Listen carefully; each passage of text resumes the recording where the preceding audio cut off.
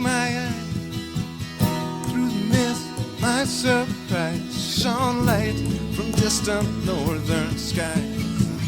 At that point, I realized I don't know where it comes from, but I know it's okay.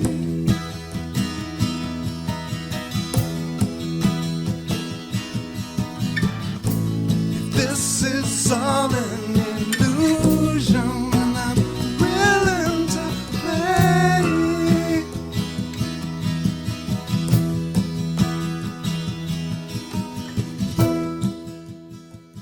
Welcome to the Quantum Guide Show, interviews with awakened masters as they share their quantum work with you.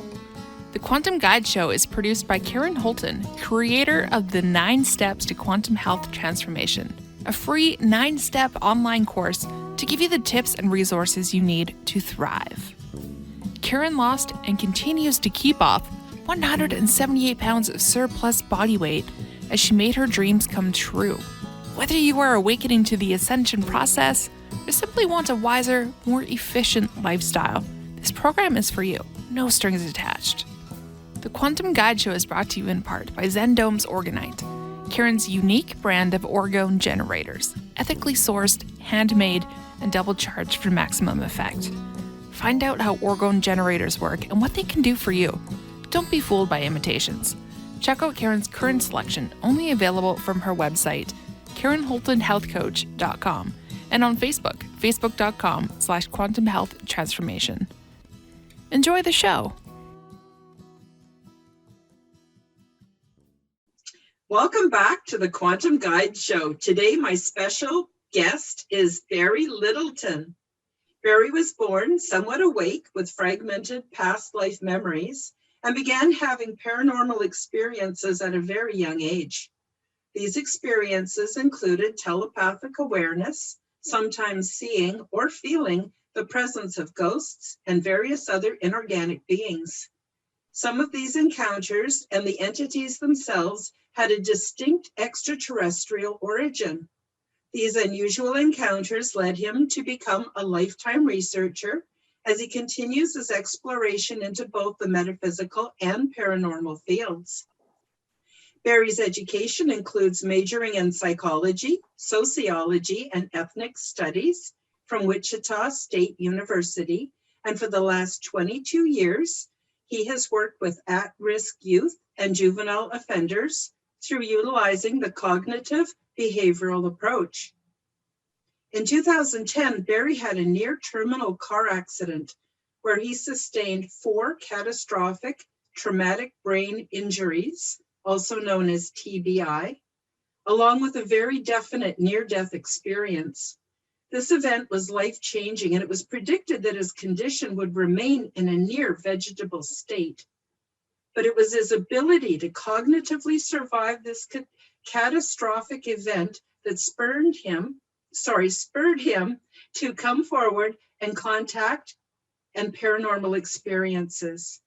Barry's hope is to help unite extraterrestrial contactees with similar encounters and interests into the scientific communities and to cross the racial color barrier that seems to exist within this field.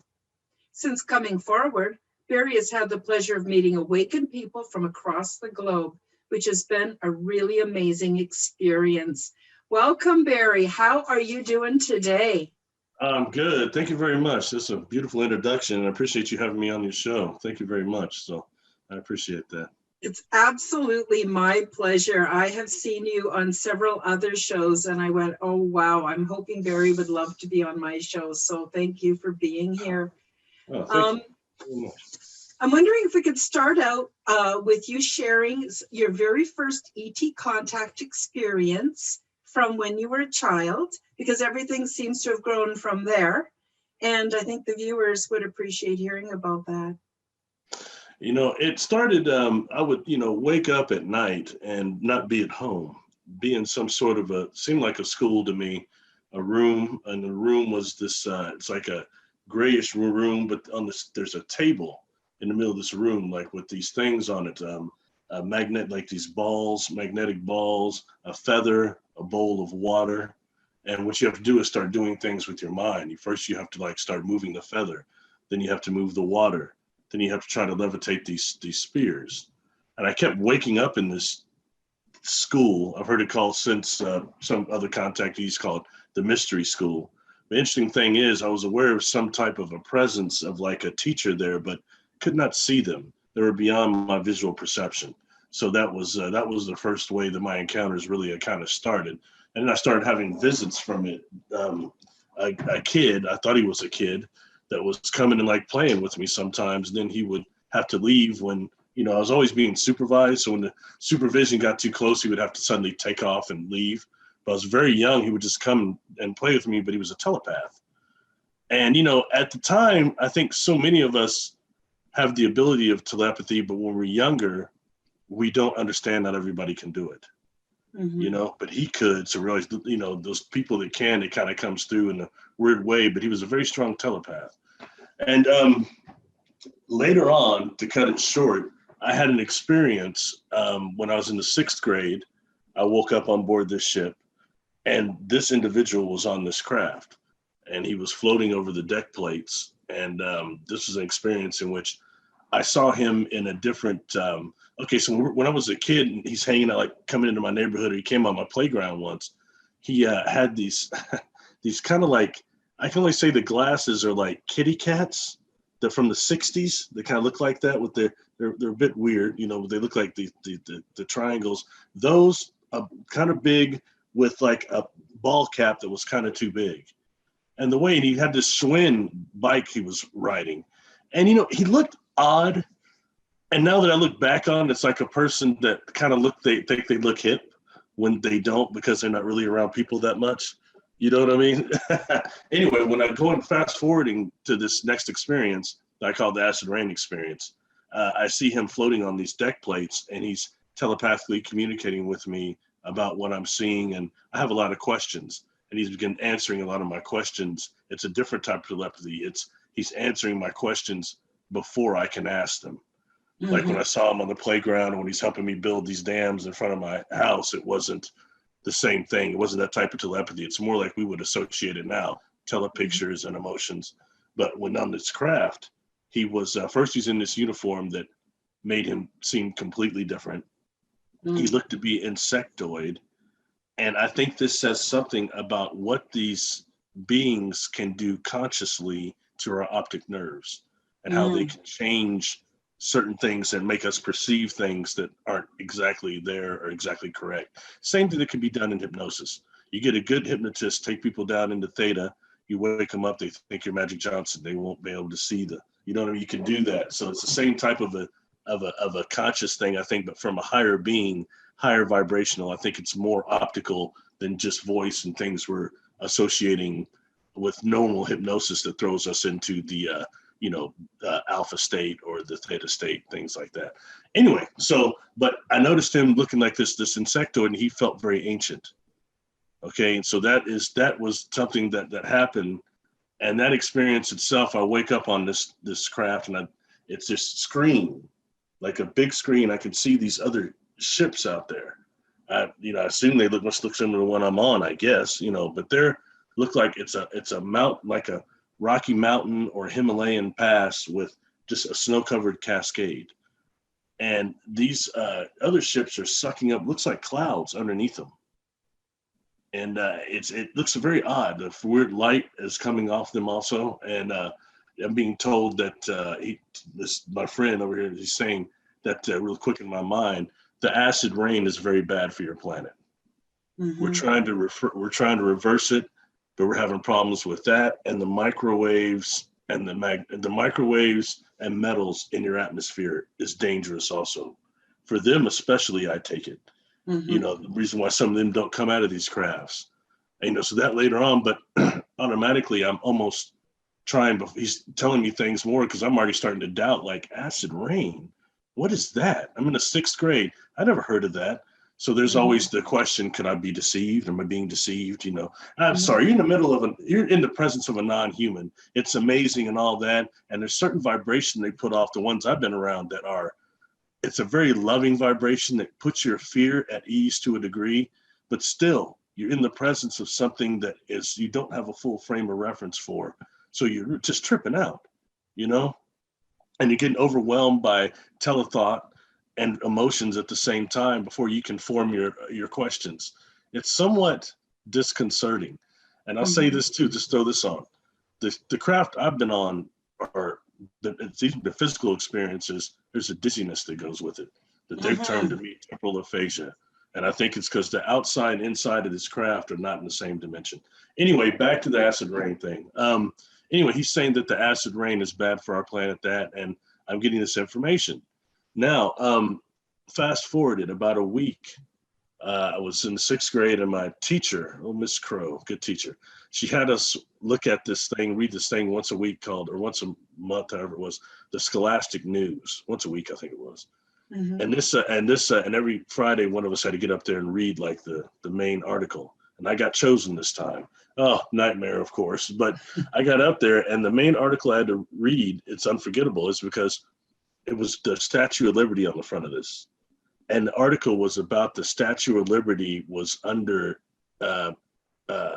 construction, and certain parts of it were no longer able to be toured because they were repainting it due to damage from acid rain. And they went into what carbons are and all those things, and the ozone. And I mean, I remember reading it when I said acid rain, I yelled it out and everybody started laughing, almost got in trouble. And it's just because that's when I knew these experiences were real, but it definitely crossed over from what was happening to me at night. That was making me so tired, like I wasn't sleeping all night. That's what it felt like. So be burned out the next day, even as a kid. It's like I wasn't sleeping. Gives a lot of people like me insomnia to this day, you know. Don't sleep good.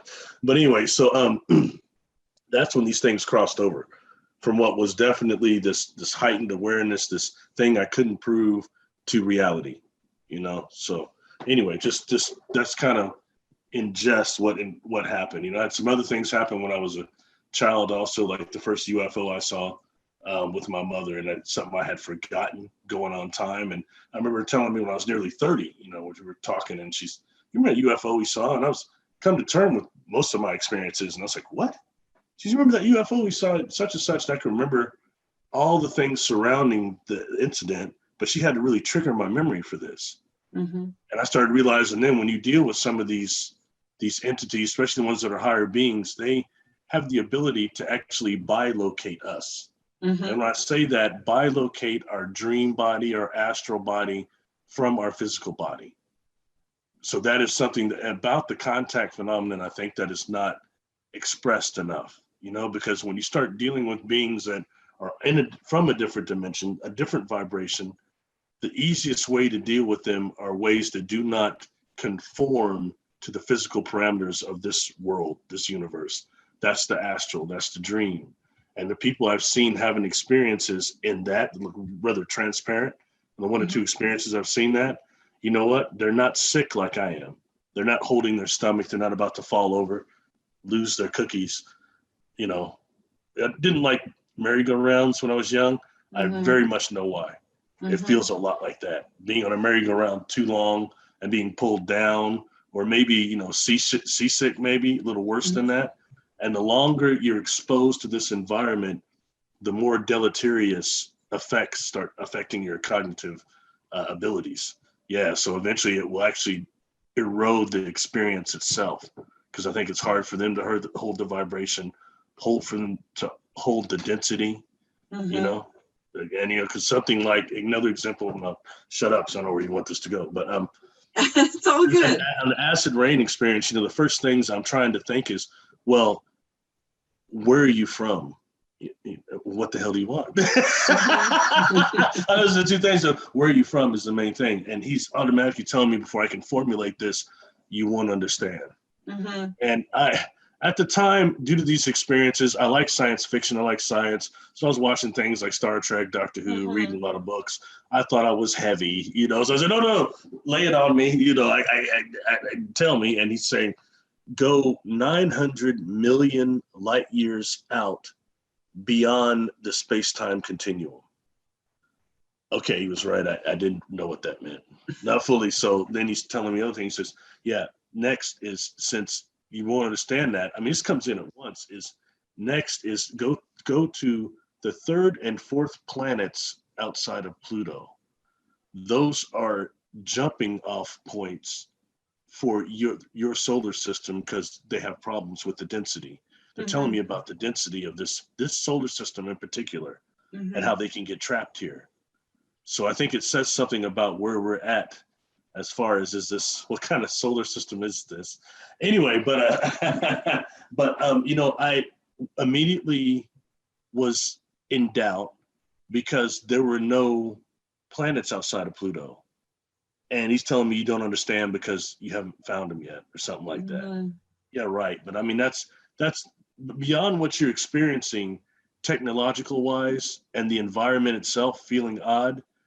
Concepts like that are like, man, am I being lied to? You know? And then fast forward this, I'm probably, I don't know, 30 or so.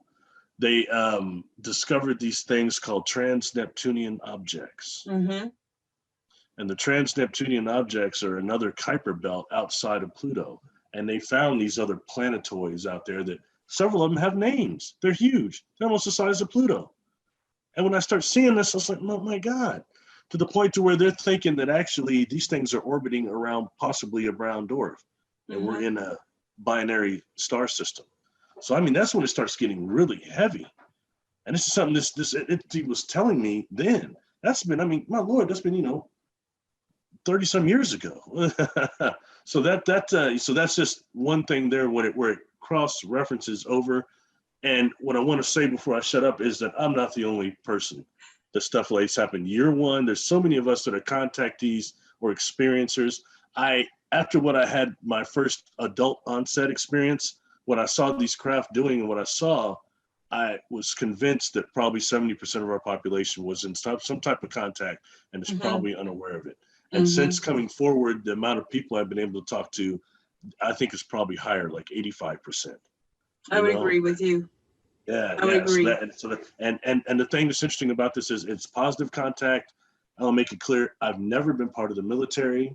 I'm not part of MELAB, DARPA, any of these organizations, okay? My contact has not been like that, and I'm not the only one. In fact, I represent the majority, and so do you, I believe. So I'll shut up from there. But it's just it's all good. The mass media is exposed. I mean, you have no time, no problems at all hearing about reptilians, grays, super soldiers. I mean, that's easy. And I'm not trying to discredit the people that have had those experiences, all right? But that doesn't do a lot for those of us that are looking for other answers. Like answers that are going to make, for me, the contact experiences and being a contactee and saying, oh, I'm Barry Littleton, I'm a contactee. Please believe me, I have no interest in that, all right? Yeah. I'm reaching out to other contactees and the scientific community especially.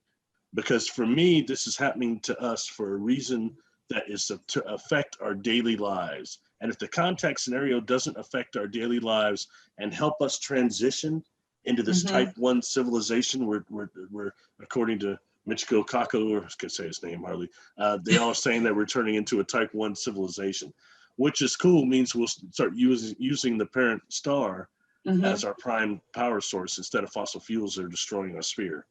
But anyway, so that's just one of those things. So I think it's important that we all start talking and it's coming out and the scientific community comes forward. You know, I hear so much, Karen, about disclosure this, disclosure that. You know, when real disclosure comes out, it's going to happen in the lab. When it enters our daily lives. Like, for example, I don't want to go too far left, but I just recently did a video over amorphous metals, transparent glass. And that's something that, you know, that's something that's new, that's been found by humans. But yet, when you really look at the whole Roswell thing, the real first reports of it, what that material and debris was like, you know, it very much conforms to that. So we're looking at something that's back engineered there. I've been told of amorphous metals that are used as compounds in these craft, along with quasi-crystal compound, fungus, a type of a fungus that is primary in this, and also DNA from the crew. So in that way, you have to understand the craft I've been on are organic. They have a type of a fungus texture to the walls. I've been talking about this a long time, and some people laughed at me or whatever, but scientifically, I started talking about this in 2014, but I experienced this decades ago. But now science, they're talking about making these, they're using mycelium and type of fungus and mushrooms for infrastructure support. And also they're talking about making habitations of it on like Mars and the moon. And also they're doing clothing that are made of mycelium and fungus, and how they're also going to try to make a fungus type of a mycelium clothing for the astronauts. So man, what I was seeing, what they're telling me, our science is starting to catch up to. I have never seen crystals quite designed with lattices like the ones I've seen on the craft, or these beings holding with these rods. I hadn't seen anything like that till I started seeing quasi-crystal technology. And they're growing these quasi-crystals in these labs. That's quite similar. The only thing they're missing is they don't have any type of a bioluminescence on the inside. The crystals I've seen, I've even showed a couple of engines that I've seen, but one of them has this crystal, but it's got the huge crystals with weird lattices, but they've got a pulsing light coming out of them. It looks like either a bioluminescence or a chemical luminescence. And it's interesting. So it's some type of an energy source. And our crystals on Earth here don't do that. Well, when they're under pressure, most crystals on Earth, when they're under pressure, they become piezoelectric, and they do, their endpoints become polarized, and they do actually emit an electrical charge. It was my ET contacts that actually told me about orgone generators before I heard about them anywhere. And but I won't get into that too much. I'm wondering if I can just ask you a couple of questions. If we could just go back a little bit to some of the things that you spoke about, so I can get a little bit clearer on. Sure. One is, can we go way back to when you were a child and you would wake up and find that you were not at home, you were someplace else, and they had those objects on the table. Did you actually have experiences moving them? Was that something that you were to practice when you were there, and were you successful? What happened with that? Could do them all. To me, it didn't seem that hard. Could move the feather fairly easy, could stir the water. It took a time or two, but I could stir the water. And then these balls were tricky. And I swear to you, to me, things that trigger, I'm always looking for references. These balls are quite similar to me. There was a movie back in the 80s, man. It was called Starman with Jeff. Yes, Bridges, one of my favorites. And he's got these balls that he sends one of them up to talk to his people, and he's got others he uses throughout that movie. These balls look like several of those, like steelies, like steel marbles, ball bearings almost. But you had to float them. There was like one of them was a little bigger, and the others would float around it. And you can make like these different configurations with it. Yes. And that was the hardest thing in there to do. And what happened to me is I personally experienced great frustration when, the next day I'm sitting in my class, day school, and I'm on my desk trying to move the pencil. And I can't move blank. I mean, it's not moving at all. That was so frustrating. I was like, well, how does it work in that school, but not at this one? So at a certain point, I started becoming rebelling against some of these mystery schools experiences, to the point that I think I probably didn't get asked back. I woke up in another room one time, and there's like other kids in there. And I've been asked about this. I don't talk about that, but they ask people, would they look like they were humans to you? They look humans to me, as humans as the people I go to school with in the day. But I was being asked by this, telepathically asked to demonstrate the things on the desk, specifically the balls. And I was like thinking, why should I? It doesn't work it won't work in the morning. When I go back to the other school, it's not going to work. It doesn't work in my other life, my real life. So why do it? And suddenly I wasn't in there anymore, and I don't remember that school anymore. Wow. No one's perfect, but some of that seemed like it was superfluous if it's something that wasn't working in my daily life. If that makes sense. Yeah, it does. What I find interesting is when I listen to you talk, it's like little things go off that I remember that I didn't know, that I'd completely forgotten about. And I'll give an example. is when I was a child, I was aware that I could move things with my mind.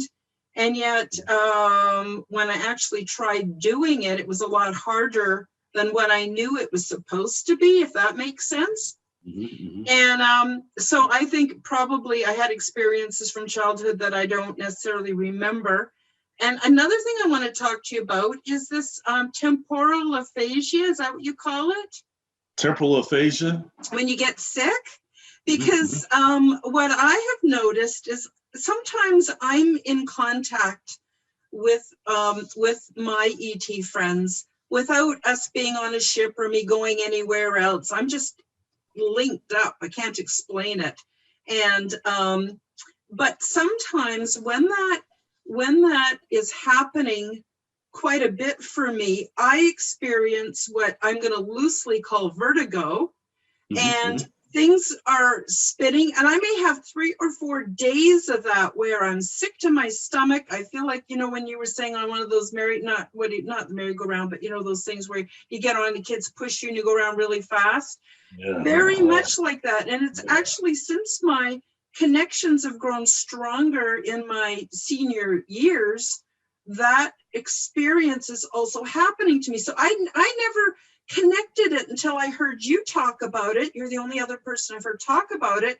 So I wanted to get your thoughts on it. Is it because I am entering into some kind of an interface mode with them? Or what's your opinion? Or do you think I just have vertigo?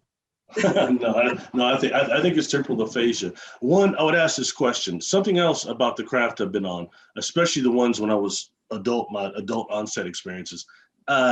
There's this mist in there, this fine mist, and it's thicker in some rooms, it's thinner in others, but to me, it smells a lot like ammonia, a Windex, and it's like a sterilizing agent or something. And you're breathing that in, you're getting telepathically bombarded. You feel like you're kind of, I don't know what kind of velocities we're going, I can imagine, but you feel like you're just being pulled down, G-force wise. And so everything's a little bit dizzy, it's off. You don't technically have a frame of reference for some of the stuff you're seeing, unless you geek out on science fiction. You see some of it, but even that doesn't accurately describe some of the stuff you get in these experiences. So so my understanding of the temporal aphasia is they're giving it to me. They were saying because the inside and outside of the craft are not in the same dimension. And that makes sense in a way, because a few things that happen on these craft, and you probably experienced this, is one, that the rooms themselves tend to materialize around you. It's like if you want to go into another room, suddenly you're there.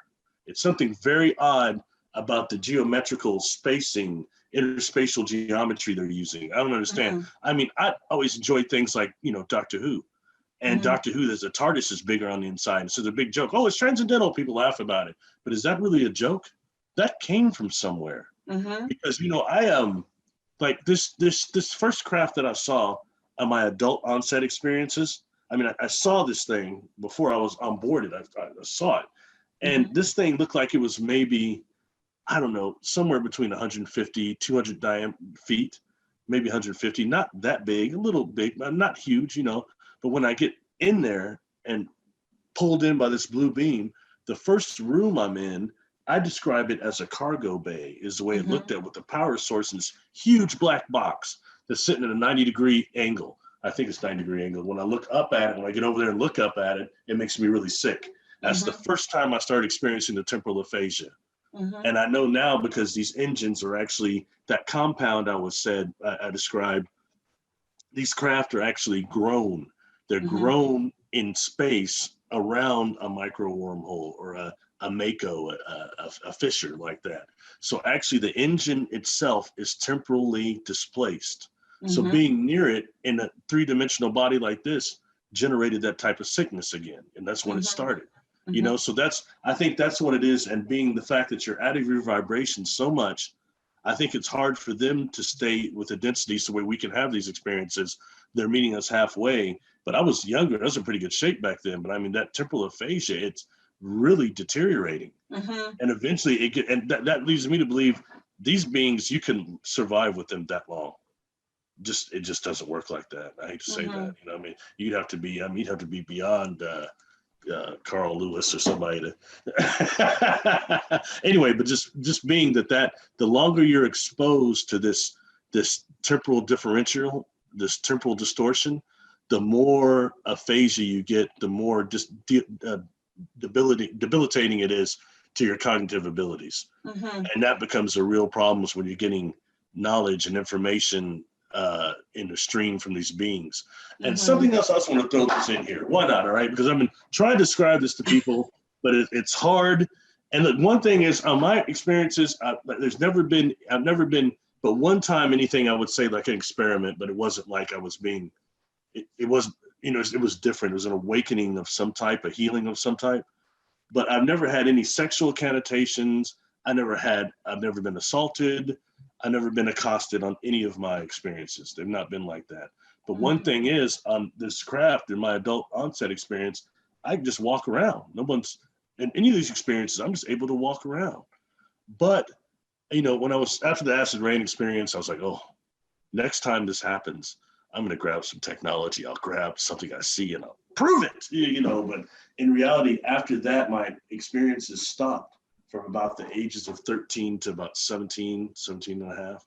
Yeah. So then they started kicking up again. And that's what I call the adult onset experiences. But anyway, what I was going to say, moving around in there, okay, I'm constantly getting information. I don't like the word downloads. I don't like the word channeling, but there's information, communication going on constantly. And it's not the same type of communication like you and I right now that's direct. When you're doing telethought exchange with any of these entities, they're normally in your face. It's direct, you know what I mean? Although for some reason, when a lot of them, you're not face to face with them, it seems to be hard to remember them. But that's another thing we'll talk about later. But getting the information on board the craft itself, I think it's coming from the craft and how organic and how sentient these crafts actually are, to that degree. To the degree the craft has already scammed me, it knows I'm not going to steal anything. It knows I'm about to puke. But it's also giving me information constantly as I'm walking around in there. I'm picking up stuff constantly. I'm sure it's coming from the craft. So just food for thought, if nothing else. Oh, they're good thoughts. I find it very fascinating because in my own experience, which it doesn't necessarily have to resemble yours in any way, I still can completely validate your experience. But the biggest problem in communicating our experiences to other people is we think in very human-centric terms. We think in very 3D terms. And so we need to think very differently and be capable of thinking differently to understand. And so there is another barrier for us communicating to other Earth people about what we've experienced. But in my experiences, the ships are absolutely organic, absolutely sentient, absolutely telepathic. And it's funny, even the mist you talk about, and these may not even be the same folks, and to me they are folks, that mist is part of their, how I understood it, was actually part of their hygiene system, because the ship that I go to is massive, like as big as a planet. So many people living there, right? And so we're all a little bit different. Some have more sensitive sense of smell. Some have, you know, we're all a little bit different. And so what this does is it actually purifies everything for everybody all the time so that we can coexist. But what's really interesting is, as I know the ship that I go to is alive, I can actually go up to the walls and run my hand down and there will be a rippling effect. And I don't want to get too much into my experience because this is about you and your experience today. But I love the ship. I kind of send little love feelings to it, and I get that back from it. So besides the beings, the actual ship is a being. It's like really interesting. I'm actually writing a book right now, which I hope to have published in a couple of months, where I talk about all of my experiences. But Barry, got to tell you, there's a lot of similarity, and the changing rooms, that happens for me too. And the way I understand it doesn't mean it's how it actually is, but how I understand it is it's like nanotechnology, except it's biologic. And so the ship, because it knows what we need, it knows what we want, it can actually change its shape to accommodate what we need or what is needed within that experience. And again, this is really not the same as what we experience on Earth. So it's for people to wrap their heads around. They have to be pretty open-minded. Anyway, I'm sorry, I'm rambling on and on. I don't mean to. I just wanted to validate you because, you know, I used to think I was the only one. Then I found other people, and going, we can't all be crazy. We can't all be part of the same psychosis. Like, and then psychosis even is not shared, yeah. And even the thing with acid rain, we always get this confirmation in real time, and then we're going, oh my gosh, I knew that. They told me that 5 years ago. And now our technology is starting to catch up. So I'm just really excited to talk to you. So something you talked about, Orgo. Now, I've talked about that a long time, right? Now, the craft I've been on board, they've called this light I'm seeing that they're using AGLE, angelic golden liquid energy. They've said that before. And then I even met a psychic in my hometown. She was using that term too. I was like, well, okay, she knows it. But nonetheless, it's this polarized orgone energy, life energy, which is really the same as prana, the same as chi, which are really conscious waves, conscious quantum waves coming from the creator that are frequencies that are used at different resonant frequencies. That's what this is. And so in that way, when I say the DNA is part of the crew, is part of the ship, they have this symbiotic connection with it. And also you're looking at not just the navigators, often you're looking at the power source as well. They're using their own kundalini, their own life energy for the ship too. I got a whole section about that in my. Will do I advise anyone to go to my YouTube, especially my Patreon. I do a lot of work there on my Patreon channel, but my YouTube channel, I've had a lot of sketches of what I've seen done by Christine Dennett at Kasara, a wonderfully patient woman, because it's hard to even describe what I've seen, but she's able to bring it to life for me. But I've shown a couple of different engines, but one of them is an engine that actually has this. The base of it has this ball that looked to me at the time like a honeycomb, an organic spherical honeycomb. And maybe start wondering about what's called the honeycomb conjecture, why bees use the hexagon to store their energy like that in their honey. But that took me later into what our science finds later, another one of these things that they call the fullerene or the buckyball. And that takes into what you like, which is C60. I think you call it purple power. Which is that's the brand that I've been using so far. Yeah, that I buy it because Chris gets helps to support his channel, so that's how I started on it. Plus, I saw the difference in him in about 3 weeks. I saw such a difference in him. I went, oh my gosh, I got to get me some of that stuff. Sorry, go ahead. No, it's fascinating because Sugnite is also that same molecule, and although this is here carbon here. Whatever they're doing they're using it to store or channel life energy. And then, so when you see sometimes a life energy, orgone, prana, whatever you want to call this, it comes from water a lot. Wilhelm Reich showed what the connection was. A lot of his real devices, if you see them, were not just, they were actually grounded to a ground water source. And he was taking like the cancer out of people and channeling it through the water into the ground source.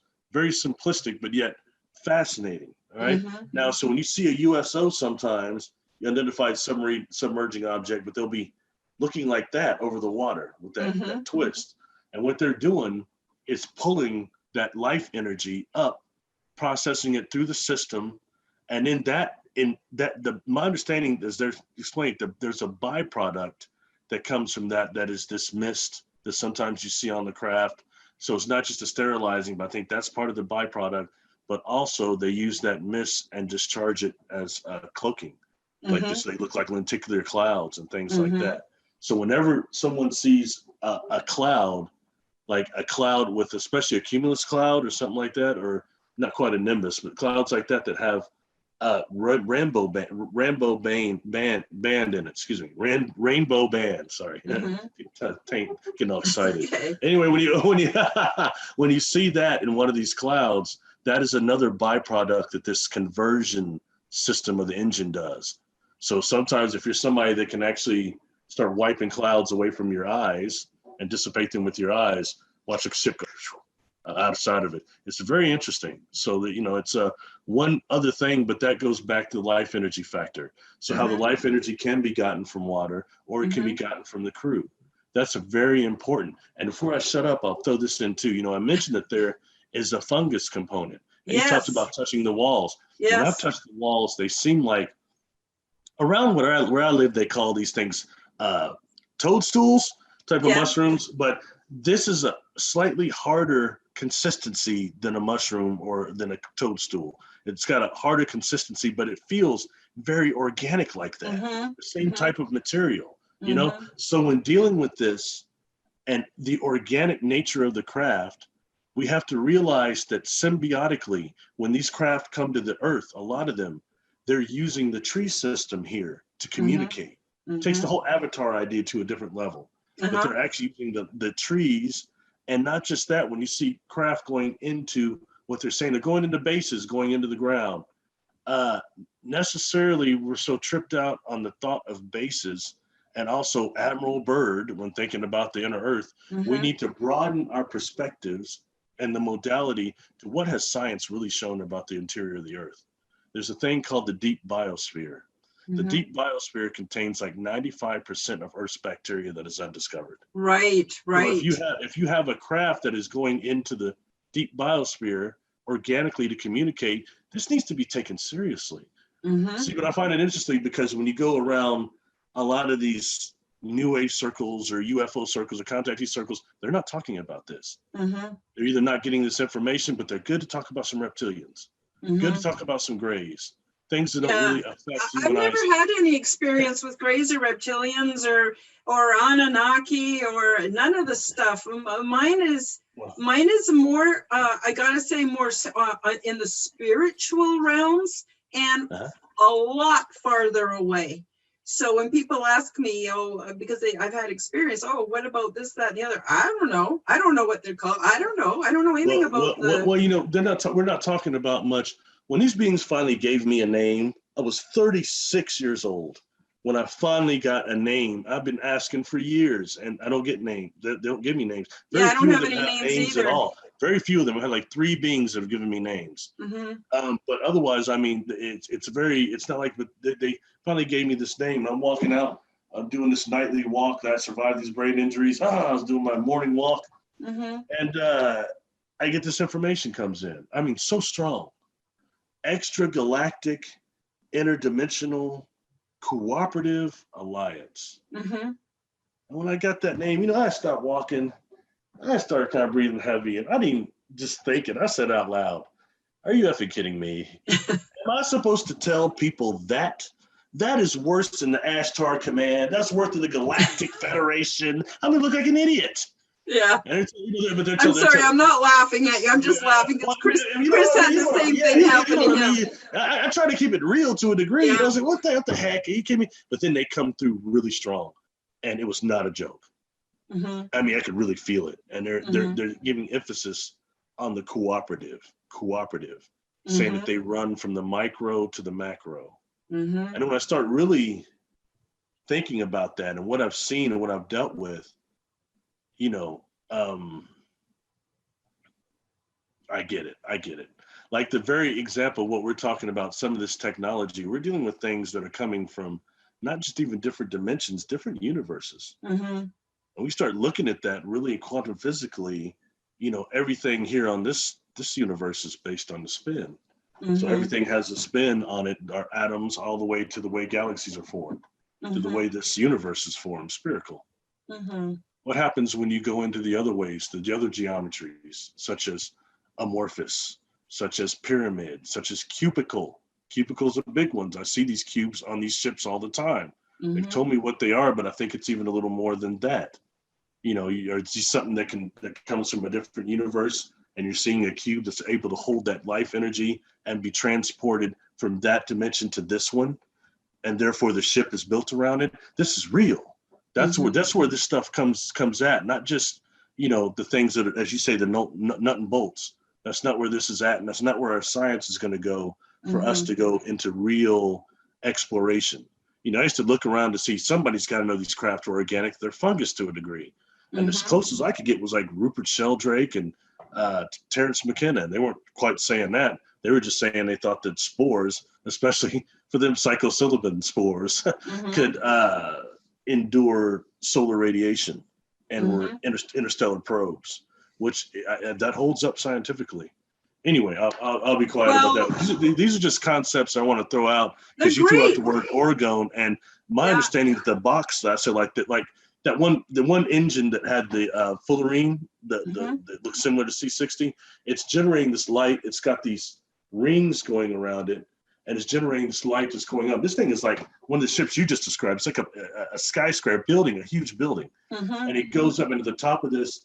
This light is going to this huge black box. And I've seen several black boxes, and I'm getting information that it's inertial dampener, that they're using that to store the life energy, pull it out of water, wherever, store it, and then release it for not just power, but also as a field around the ship for a gravity modification field. So something to do with that too. Fascinating. Food for thought, you know. Fascinating. Oh my gosh, our time is flying by here, and there's a couple more things I want to talk about, but I'm hoping you'll come back because this is fascinating, and I just love it when I can talk to other people who have some similar situations as mine, because you know, it is a bit depressing having to keep it all to yourself all the time, or just be people thinking you're crazy all the time. It's kind of disrespectful. But at the same time, it's also, I think, because we've had our education system has not been to teach us much. We've been so suppressed intellectually and on so many levels for so many thousands of years. We're basically idiots. Even my cat is smarter than I am. And so to try to have words and then try to put it into English, especially because, at least for me, when I'm in those realms, I don't speak English. It's a thought exchange process. It's a feeling process. It's very fascinating, but I don't want to get too much into that because, Barry, I wanted you to touch on a bit about where you're talking about the human color barrier. So amongst contactees, what have you noticed? What's missing? And how could we improve? You know, for starters, when I was a kid, especially, and even into adult years, you know, one is I'm not seeing beings like I had encountered being represented in the media at all.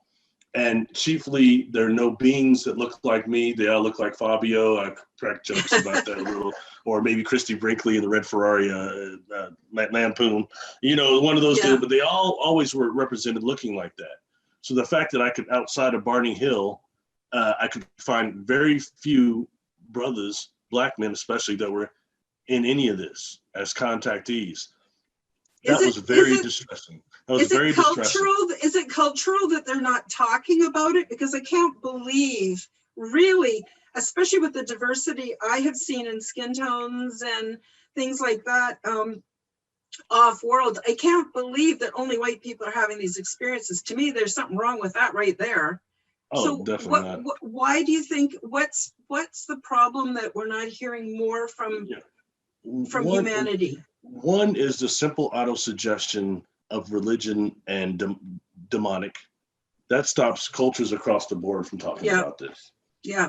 That's one reason. The other thing is that the lack of exposure, like I just said, of anybody that's melanin dominant speaking in these circles or talking about it and being open about it, that it is not encouraged. So that's two reasons why, you know, major reasons, I would say, by all means. Now, what I found, though, is that you have a lot of melanin dominant people that are very open to talk about this, but there hasn't been a proper forum for it. So that's something that's changing right now. Like, even when I've spoken at several conferences now before that we hit this virus era that stopped most of that. But a lot of these conferences I went to, the lack of melanin dominant people there are none on the committees of the people speaking, and there are none hardly in the audience either. And I would bring that up. You know, for example, at this huge conference, I think it was at SETI, and we had introduced ourselves. When it came to me, they said, well, hell, I'm Lando Calrissian, the only brother in Star Wars back in the 80s. You know, everybody started laughing. But that's about the way that seemed, you know. But then once I bring this up, I found, and this is the attendees, how many of them were actually responding to that in terms of, wow, you know, they're so busy. I'm going to probably get shot down for this, I'm sure. Too busy just enjoying white privilege that they're not thinking that, wow, I never have seen any Black people at any of these, or even speaking about this. You know, and like to where Jimmy Church, he was the first person to really he jumped up on the podium after I did my second presentation there, and he wanted to talk about that immediately. He had me on his show. That's the first thing he wanted to talk about.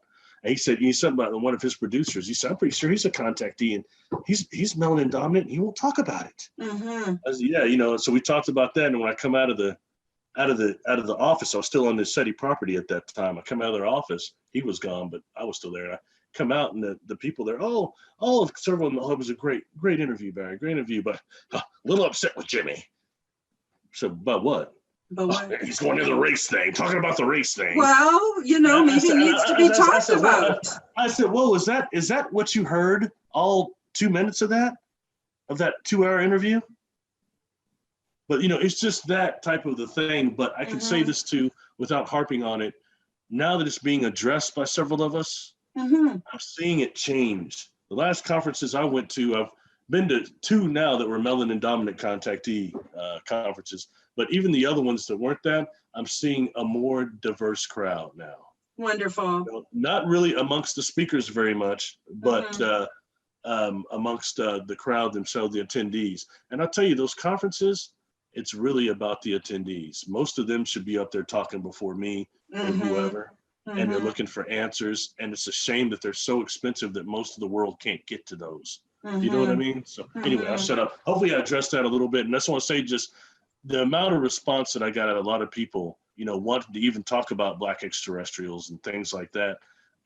And it's been good. It still needs to go further, but it's starting to break the ice, definitely, because I'm seeing a difference by all means, and a difference in response and a difference in interest. So that's good. It's a beginning, at least. It's not cured, it's not fixed, but it's a start.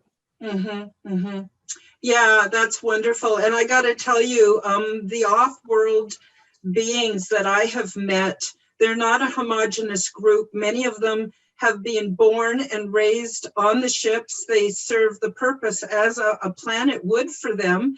And there's quite a lot of what I would call interracial relationships. There's no taboos around that at all. But I got to tell you, the non-melanated like myself is quite rare. And so, and you're right, no one's talking about it. And the other thing is we're not hearing from people who are Asian. We're not hearing from people who are Southeast Asian. We're not hearing from all kinds of people about their experiences. But then again, I think that's tied into white privilege. And I want to just say for the viewers, because it's really difficult to get a handle on what white privilege is when you're a white person. It's like a fish that's swimming in the ocean and doesn't understand the concept of water because it's just lived that way all its life. But if you want an analogy to help, think about people who are really rich. Think about someone who's a billionaire. Most billionaires do not run around thinking about what it's like to be working class. In fact, they prefer not to think about that kind of thing at all. And so to them, it's just normal to have $1 billion and to have all these doors open for you and all these possibilities happen for you because you've got the privilege of money. So white privilege is very similar. It opens doors that we don't notice because they've always been open for us. And so I think that there needs to be a lot more happening in, integrating with the melanin. Yes, go ahead. Oh, no, I don't want to interrupt you. No, please do. Sometimes I just go on and on. It's something as simplistic as this, because I know people will say, oh, we can't be tripping on the race thing, on the color thing. No, maybe we should. It doesn't even matter. But you know what? It does. Because matter. It's not an equal playing field that we're dealing with in these fields.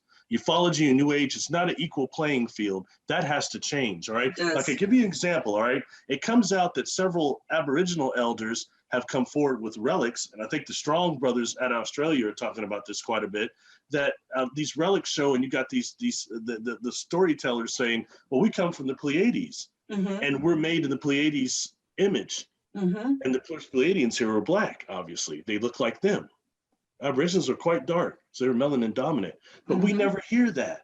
No, all you see is the Fabios. When you see him, yeah, you do, you literally do. You know, so people got mad at me on Facebook probably about a year ago because I posted, it was just a joke, but I posted this thing that was from the 90s. It was the Fabio workout where he's just kind of taking his hair, going like that. Yeah. Yeah, and it was just a joke. I said, well, I'm doing the Pleiadian workout. People, Barry, that's not funny. I was like, oh, some of them have black hair. Oh, gee, thanks. That makes me feel better. Anyway, that was just a joke. But anyway, but the fact is that people are paying more attention to it now. It becomes a more equal turf, and that's what we're trying to get to. Yeah. So it's not that I always try to harp on it and always force melanin down people's throats. It's not that, but it's just be aware of these things, and we have to get on an equal ground so we can all exchange our experiences. You know, the ones from Africa shouldn't be locked out that we're not talking about, and the thing shouldn't be only Credo Mutua we're here talking about that. You know, we should be hearing about what the Aboriginal brothers are saying about the first Pleiadians here being black. These things just come out. We should hear more about the Olmecs that appear to be of some type of Asian descent. Yeah. And the constellation Centaurus. Things like that. These other places and locations, Alpha Centauri, that we don't hear about a lot.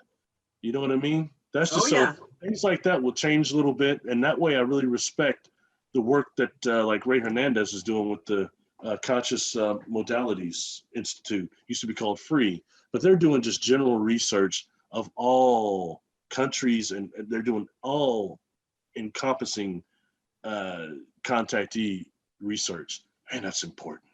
Sorry, I'll shut up now. It is. You don't ever have to shut up. But yes, it is important. And another thing I want to bring out is, you know, I don't know any kind way to say it, so I'm just going to say it imperfectly the way I say it, is the white population has been really busy exterminating all the melanated communities who have had the contact, do have the history, do have the ancestry. And so the thing is that, and that's still going on today.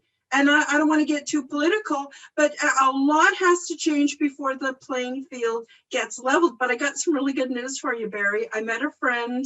He's a new friend of mine. I met him in the last month. His name is Mateus Winters, and he has started a platform that's that we can actually download content to. And he is a melanated person.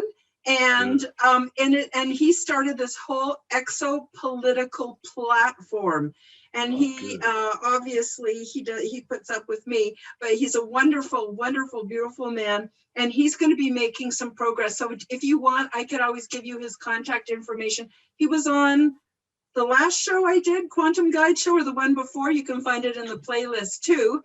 And plus the other exciting thing, so what he's bringing to the table is the melanated community, the exopolitics, and he's also infusing that with music, and he's also infusing that with the people that are like around 20 and in their 20s, that whole population coming in. So I'm excited that there's going to be some change, which is, I believe, really, really necessary. And I don't want to think that I'm just jumping everybody, putting everybody down that is non-melanated, because I'm just saying this because since I brought this up, I've had a lot of people trying to change or make a difference with that.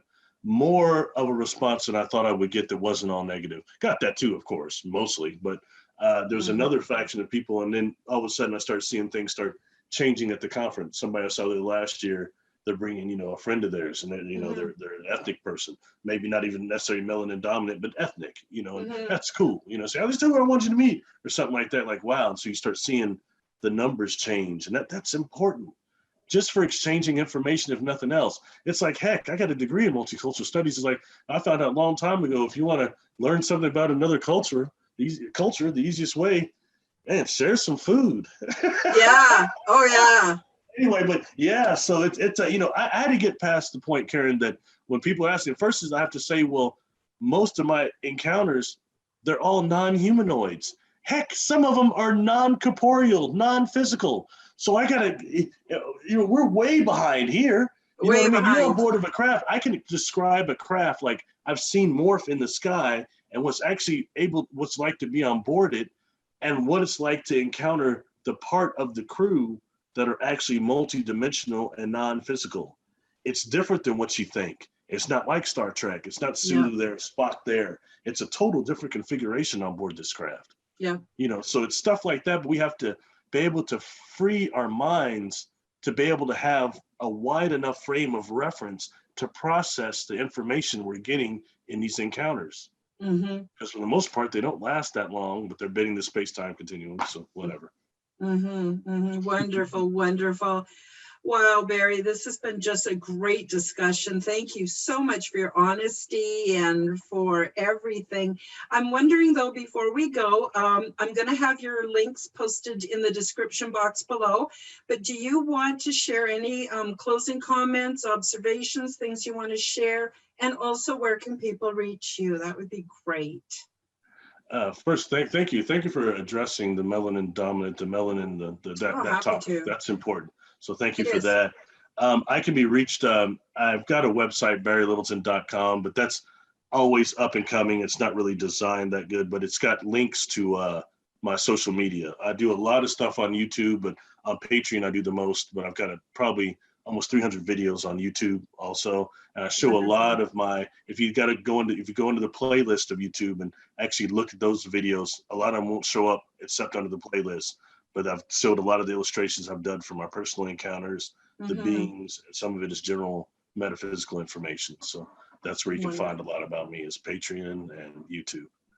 Very, very good. I hope one day you and I can do, I don't care whose show or whose platform it's on, but it would be nice to have a few of us together and just compare notes, you know, about what the ships are like, what our experiences are like. And it's wonderful. To support each other, you know, to support each other. It's like being part of another kind of a family, and I'm all for that sort of thing. So, so do you have any last minute things you want to tell folks? What's your advice to them regarding ET or anything? You know, I would say one is, don't be afraid to talk to other people about your experiences. Find a platform like this one or somewhere where you can converse with other people. I've ran into too many people, even married couples, that they're having an experience, getting taken out of their bed or whatever, and their mate's over there sleeping, and they tell me, well, I didn't tell them about it. So, well, why not? It's your husband, your wife. Well, I don't want them to think I'm crazy. You know, that type of thing. So don't worry about that as much as communicating, because if we can communicate more and build this tapestry, because this has happened to me my whole life. I would try to study it my whole life, and I still don't know jack. So it's like, I need answers. We all need to put our heads together. That's why just communication and getting past what we see in the media so much and going to these private platforms like this. And I think that's what this era is bringing to us right now. And the loss of the movies, that sucks. Oh yeah, a lot of changes up, down, and all around. Well, I wish you a happy new year, Barry. And again, I'd love to have you back another time when you can spare it. And all the links, folks, will be in the description box below. Please do check out Barry's videos. Check him out on Patreon. It's just fascinating. I just love it. I just love it so much. It really makes my life more enjoyable knowing that I'm not alone, but also that there's good people like you doing the good work. So thank you. Thank you again, Barry. And we'll see you again. Thank you for having me on, because this was not cookie cutter. Thank you very much. Oh, my pleasure. Okay, bye-bye now. Bye. Thank you for joining us for the Quantum Guide Show. Become the change you wish to see in the world. Subscribe to Karen's YouTube channel, click the like button, and share this show with your friends. Check out Karen's website at KarenHoltonHealthCoach.com. All the links are available in the description box below. Until the next time, keep up the good work.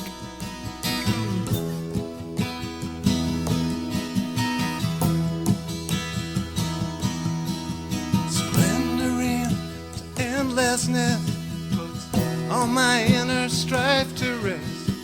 For time gives birth to hurriedness.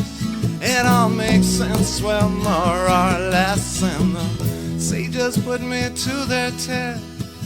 With heart and soul, I do my best to find the answers to my quest. I wonder and I must confess, I don't know where it comes from, but I know it's okay.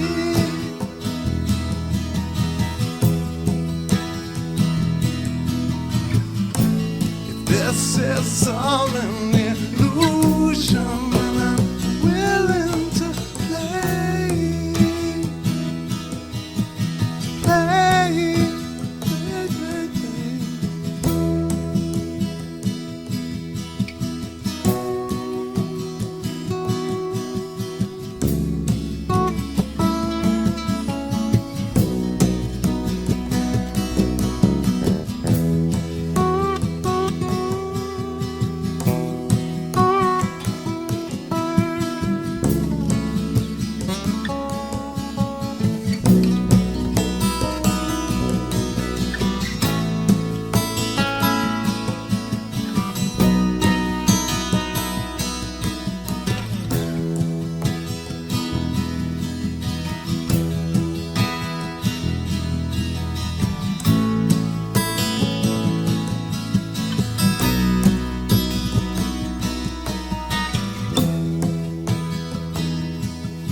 It's okay. It's okay.